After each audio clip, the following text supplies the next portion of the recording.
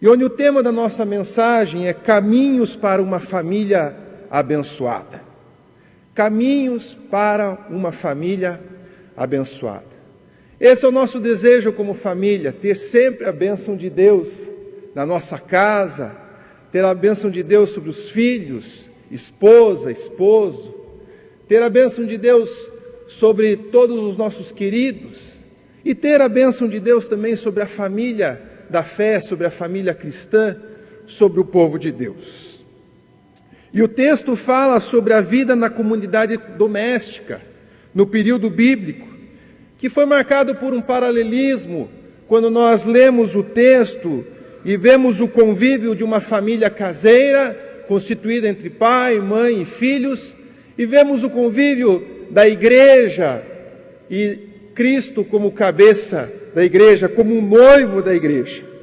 E esse paralelo se dava para mostrar que o convívio familiar, conjugal, também com os filhos, se assemelha muito ao relacionamento de Cristo com a igreja. Por isso é que aqui na Epístola de Efésios, quase chegando à sua conclusão, encontramos porções preciosas de como é possível construir uma família saudável e como também é possível ter um relacionamento igreja e Cristo de maneira abençoada.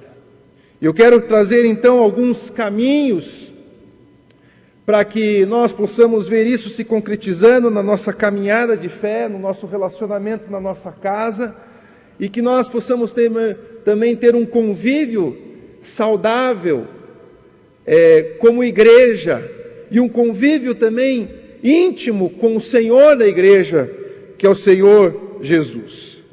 Os vínculos ressaltados aqui são bem explícitos quando Jesus é apresentado como cabeça, como aquele que cuida da sua noiva, e a função e postura do marido no relacionamento com a sua esposa. O homem da casa, ele cuida da mulher, cuida dos seus filhos, dá provisão, assim como o Senhor dá provisão à sua igreja.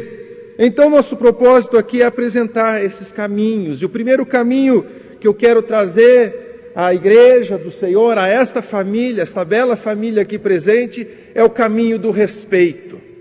Nos versos 22 e 24, quando apresentamos sendo este primeiro caminho, é bom que fique bem claro que essa submissão aqui, a qual nós lemos, tem duas vias. Pois a submissão da mulher aqui está mais relacionada à questão onde, vivendo os valores bíblicos e com a obra do Espírito Santo, não se tinha mais desigualdade entre o homem e a mulher. Quando se lê esse versículo, mulheres sejam submissas, sejam sujeitas aos seus maridos, sempre há um voto de protesto das mulheres. Mas o texto proposto aqui, e na visão bíblica, é um texto de igualdade e não de superioridade. Tanto é que muitas mulheres chegaram a assumir papel de liderança em muitos lugares. Então a liberdade que experimentavam tinha um caráter objetivo. Podiam viver e exercer uma plena igualdade na igreja. Esta igualdade estava bem estabelecida na igreja, mas na estrutura social da época, isso ainda não se tinha consentimento. Pois o modelo patriarcal ainda estava muito enraizado. Então as mulheres podiam gozar desta liberdade e igualdade quando estavam no convívio com a igreja. E o que estava fora disso, então, havia ainda uma barreira a ser quebrada, um paradigma social ainda a ser quebrado quanto à questão da sujeição. Numa ótica, temos Cristo como Senhor da igreja. Apesar desta via estar bem distante da via do homem como Senhor, entende-se aqui que a ideia cabeça, na época, nem sempre significava comando, nem sempre trazia a ideia de uma hierarquia rígida, mas podia significar origem e fonte. Então, amados, se entendemos que Cristo é o cabeça da igreja, se entendemos que Cristo é o que comanda a igreja, mas entendemos nessa ótica aqui que Cristo é aonde a igreja deve ir como fonte inesgotável de água viva para se inspirar na sua caminhada e para o cumprimento de sua missão. É como nós precisamos ir ao cabeça da igreja, ao Senhor da família, e pedir a Ele que nos mostre, nos ensine, nos conduza como nos comportar corretamente, como viver harmoniosamente como igreja. Cristo dá origem à nossa salvação e à nossa mudança, fazendo de mim e de você pessoas iguais, e mais do que necessário, estamos como a noiva sujeitas à sua vontade e ao seu querer, colocando na condição de homem, de mulher, e igreja como noiva, igreja como noiva do Senhor. Vamos até o noivo e trocamos ideias e conversamos como a noiva precisa se comportar e como a noiva tem que se comportar no seu dia a dia, através daquele que é o Senhor, que é o noivo da igreja, que é Cristo Jesus. Temos que entender que o senhorio de Cristo não é imposto, mas a partir do momento que nos sujeitamos e aceitamos, então é de grande necessidade que estejamos submissos àquilo que está proposto por Ele através do seu Evangelho. Então, o primeiro caminho aqui, queridos, é o caminho do respeito. Sem respeito não há compreensão das diferenças. E quando a igreja aprende a respeitar as suas diferenças e aprende a conviver nas suas diferenças, é uma igreja que consegue caminhar no cumprimento daquilo que lhe é proposto à luz do Evangelho, tendo Cristo como cabeça desta igreja.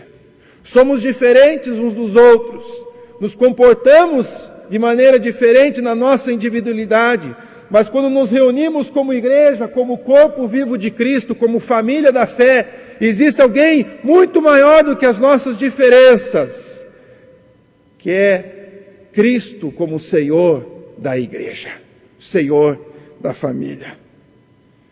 O outro caminho que eu quero compartilhar aqui é o segundo caminho, o caminho do amor, onde se estende aqui do verso 25 ao 33, e não tem como desviar do relacionamento familiar, não tem como desviar de um caminho saudável para a família da fé, se não falar de amor, se não compartilharmos sobre o amor.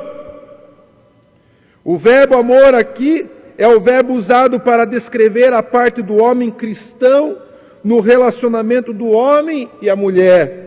O modelo desse amor é o amor de Cristo pela igreja. O amor à mulher como extensão do amor a si mesmo é uma belíssima ideia que alude à imagem do Gênesis, citada textualmente de homem e mulher como uma só carne, em Gênesis 2, versículo 24. Alimentando e cuidando da mulher, este ato é considerado não como uma obrigação, mas sim como um ato de amor pela sua esposa. O amor de Cristo pela igreja é o modelo do amor do marido pela mulher. Portanto, amor sem limite, produtivo e sacrificial. Em certo sentido, isso colocava um peso maior no marido cristão. A mulher era chamada a exercer um papel que já conhecia, embora em uma nova fase. O marido era chamado a uma nova atitude. O amor era um dever exercido, não uma opção a ser escolhida. E deveria ser vivido na mesma dimensão do amor de Cristo. Maridos, amem a vossa mulher, como assim Cristo ama a sua igreja. O amor faz com que a igreja aqui de Cristo fosse formada numa união intensa, assim como o matrimônio deve ser intenso. Não só nos primeiros meses, não só no momento dos preparativos do casamento ou da lua de mel e dos primeiros meses de casado, de descobertas, mas o amor do marido para com a sua mulher deve ser um amor intenso, como o de Cristo para a sua igreja, que não se esgota e não é anulado por coisa alguma. O caminho do amor. Os verbos diferentes usados aqui para o homem e a mulher retratam a maneira como cada um era visto na sociedade. Isto mostra então que a prática dos valores do cristianismo quer ir muito além das meras aparências. A igreja precisa amar. A igreja precisa demonstrar o seu amor. A igreja precisa colocar em prática o amor que recebe de Cristo, o amor que recebe de Deus.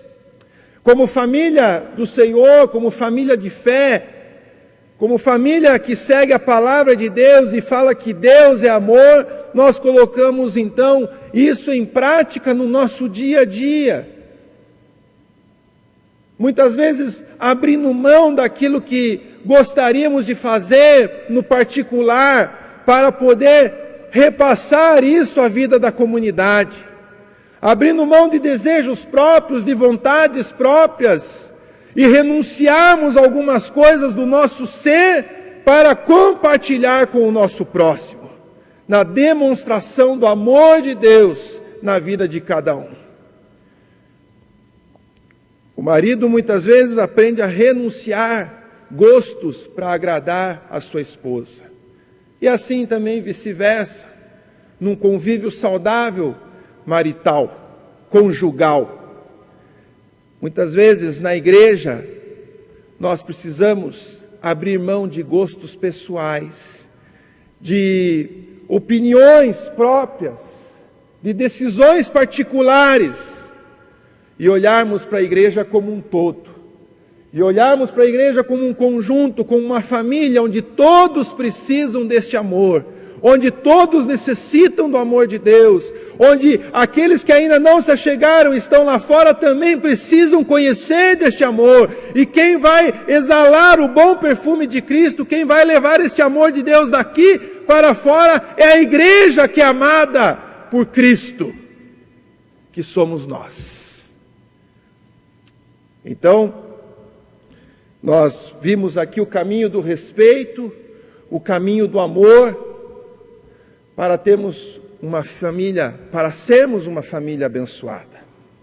Como igreja, acredito que nesses quase 150 anos, os muitos pastores e conselhos que aqui passaram por esta igreja, e o conselho presente, os pastores desta igreja, muitas vezes quiseram fazer diversas coisas da sua própria criação, da sua própria vontade, do seu próprio querer e coração. Mas daí naquela mesa de conselho, onde todos colocam as suas ideias, colocam as suas vontades, rege sempre pensar o que é melhor para a comunidade no todo. Agradar a todos nunca conseguiremos, mas olhamos com os olhos para agradar e levar aquilo que é melhor de Deus para a vida da família do Senhor que se reúne semanalmente, dominicalmente, nas casas, nos cultos domésticos, nas reuniões de oração, nos cultos no templo. As vontades próprias são deixadas de lado, e o amor de Cristo cresce, e precisamos conviver assim, como família do Senhor, olhando para o meu irmão, para a minha irmã, e amá-lo do jeito que ele é. E é isso que eu quero conversar na proposta aqui do terceiro caminho, o caminho da igualdade. Entrando já no capítulo 6 da Epístola de Efésios, o terceiro e último caminho é tratado particularmente no relacionamento de pais e filhos. Esses dias eu preguei uma mensagem lá na igreja só usando este texto, falando que muitas vezes é um jogo entre pais e filhos que colocam a palavra, onde o pai fala assim: filho, obedecei ao vosso pai, assim diz a palavra. Daí o filho fala assim: mas pai, lá também diz, não provoqueis a ira dos vossos filhos. E fica aquele jogo, de justificativas nos seus relacionamentos. Mas o texto aqui proposto, já encerrando quase essa epístola, fala deste relacionamento de pais e filhos, porque no contexto da época, as crianças, de modo em geral, no Império Romano, era de visível inferioridade. A criança recém-nascida não desejada podia ser deixada em via pública, onde muitas eram recolhidas para a escravidão, ou a prostituição. Os filhos eram propriedades dos pais. E havia então uma diferença de relacionamento, de trato, tendo como propriedade e não como afeto. E o texto aqui fala que eles podiam ser vendidos, presos, açoitados ou mortos pelos próprios pais. E por isso o texto propõe isso. Pais, amei aos vossos filhos. Filhos, obedecei a vossos pais. Apesar disso, são os filhos que são chamados para a obediência junto aos pais, pois fazia parte da ordem divina. Uma sociedade que escravizava, que vendia, que levava até os filhos à prostituição, mas na ordem da palavra, na ordem divina, diz: filhos, obedecei a vossos pais. Mesmo de momento não parecendo que o caminho da igualdade pareça estar evidenciado ao texto, isto é possível informar quando no versículo 4 encontramos então uma chamada aos pais para a responsabilidade com os seus filhos. Com os novos padrões de igualdade, de mutualidade das novas comunidades, a pretensão não seria desencadear um conflito familiar, mas sim possibilitar um relacionamento de igualdade no convívio de pais com os filhos. Isso então passa a ser possível a partir do momento que ambos possuem o entendimento que em Cristo não existe diferença e que se houver da parte dos filhos obediência e da parte dos pais respeito, seria então possível conviver de maneira harmoniosa dentro de casa. Com diálogo tudo se resolve, com repreensão a rebeldia, mas com ensinamento e diálogo conseguimos convergir para o mesmo lado como família. Se nos rebelamos como filhos, não obedecemos os mandamentos de Deus. Não obedecemos e esquecemos daquilo que Deus deixa a nós como proposta na sua palavra. Se como igreja nos rebelarmos àquele que é Senhor da igreja, então deixamos de cumprir o propósito de igreja. E o propósito aqui é de caminharmos no caminho da igualdade, de podermos superar as diferenças. Eu tenho usado uma expressão lá na IPI do Jabaquara: não olhe para os defeitos, mas olhe além dos defeitos de cada um. Porque se você olhar apenas para o defeito do teu irmão, você não consegue conviver com ele. Mas se você olhar além dos defeitos, além daquilo que muitas vezes acontece que te desagrada, então você olha com o amor de Deus e você passa a amar o seu irmão de maneira mais intensa e a querer viver mais próximo dele. E como igreja nós precisamos entender que nós somos iguais diante do Senhor. Temos formação, diferença na individualidade, mas como igreja nós somos iguais. Quer ricos, pobres, formados ou não, casados, solteiros, viúvas, nós diante do Senhor somos todos iguais. E é por isso que há essa proposta aqui, numa sociedade onde desvirtuava isso.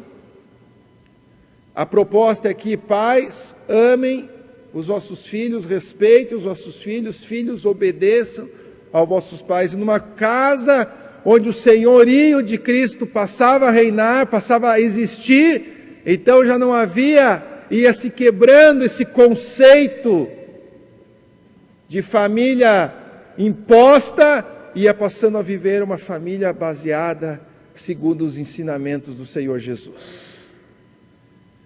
Fica evidenciado então que se da parte do filho houver respeito e cumprimento da palavra junto aos pais, e os pais exercerem autoridade sobre os filhos de maneira natural, sendo amena, gentil e agradável, e não uma fonte contínua de gritaria, grosseria, sem causar ressentimentos no interior de seus filhos, mas educando no amor, na palavra e na orientação de Deus, certamente teriam em casa um sentimento não de autoritarismo e rebeldia, mas sim um sentimento de paz, graça e amor.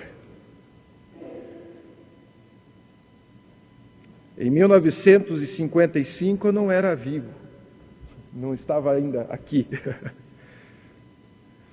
Mas toda mãe que gera um filho, gera uma congregação na linguagem de instituição, toda igreja que gera uma congregação quer que essa congregação caminhe com as suas próprias pernas e se torne uma igreja para gerar outras filhas.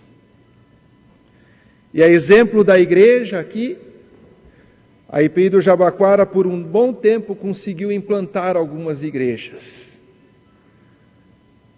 Mas não podemos deixar de esquecer a missão de sermos igreja, que não é apenas estarmos num prédio reunidos semanalmente, mas sermos igreja diariamente e implantarmos o reino do Senhor aonde a igreja estiver presente, onde eu e você estivermos presentes.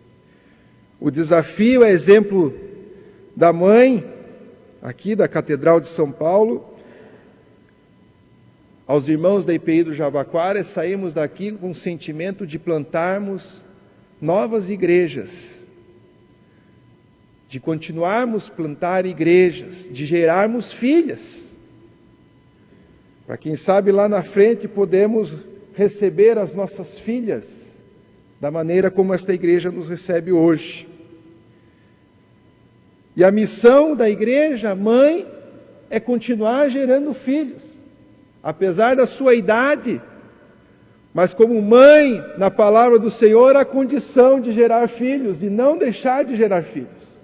Ah, não, já fizemos a nossa parte, São Paulo já está bem povoado de IPI, né? E nós somos responsáveis por grande parte delas, mas a missão no caminho de sermos uma família abençoada, de sermos uma família da fé, uma família que anda no caminho do respeito, do amor, da igualdade, é jamais deixarmos de cumprir a missão como igreja, que é gerarmos novos filhos, novos discípulos, novas igrejas, nos bairros ao lado, nas cidades ao lado, quem sabe em outros estados, por que não?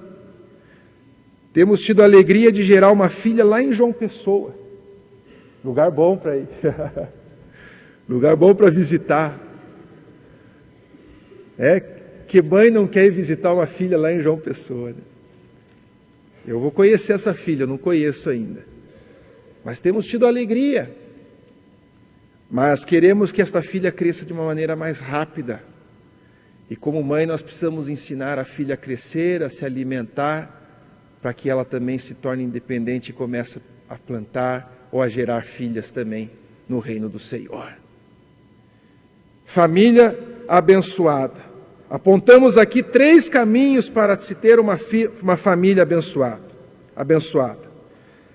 Acredito que seja um dos desejos mais fortes a serem alcançados por todos nós. Acredito que todos nós aqui queremos, como eu falei no início, ter uma família abençoada, pertencer a uma família abençoada, viver numa igreja, numa comunidade abençoada. E se queremos isso para dentro do nosso lar, queremos e precisamos nos esforçar também para que isso aconteça na vida da igreja. A tua casa é repleta de bênção.